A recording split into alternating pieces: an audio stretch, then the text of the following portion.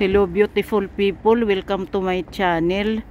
Nag-grocery uli kami ni Sven Erik dito sa Willys, yung pangalawang pinakamalaking grocery dito sa lugar namin sa Sweden, sa Ängelholm City.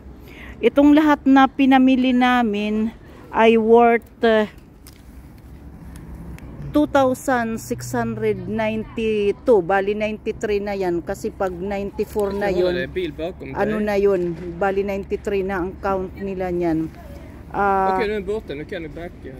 Ang dami kong pinamiling mga condensed milk kasi umiinom niyan ako ng mabuti nga yan, isa na lang na ano, 1 can na lang araw-araw. Noon 3 can yan araw-araw. Alam kong masama yan sa ano, sa health dahil nga sa matamis.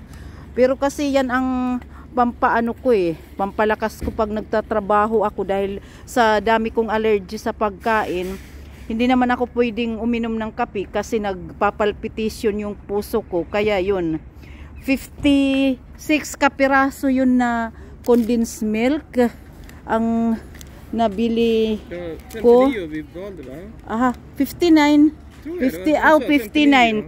kapiraso. Alam yung ayan yung nakalagay na salted milk.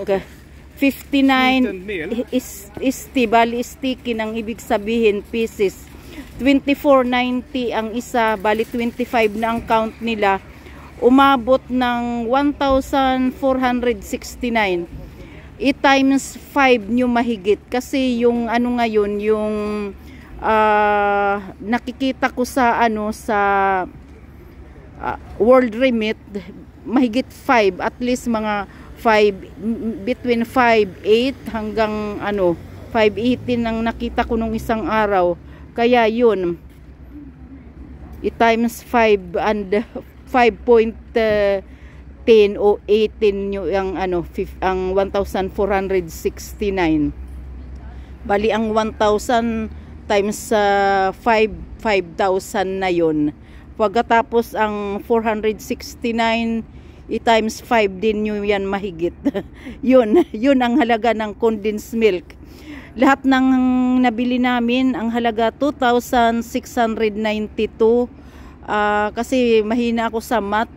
Bali ang 2,000 ka times 5 na lang yun, bali 10,000 ano. Oo. Tapos ang 693 bali na yun 692. Kaya yun ang pinamili namin ngayon.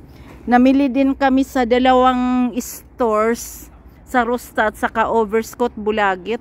At saka pagkatapos dito magpupunta kami ng Maxi, yung pinakamalaking grocery dito sa lugar namin. Okay guys, thank you for watching. Bye bye.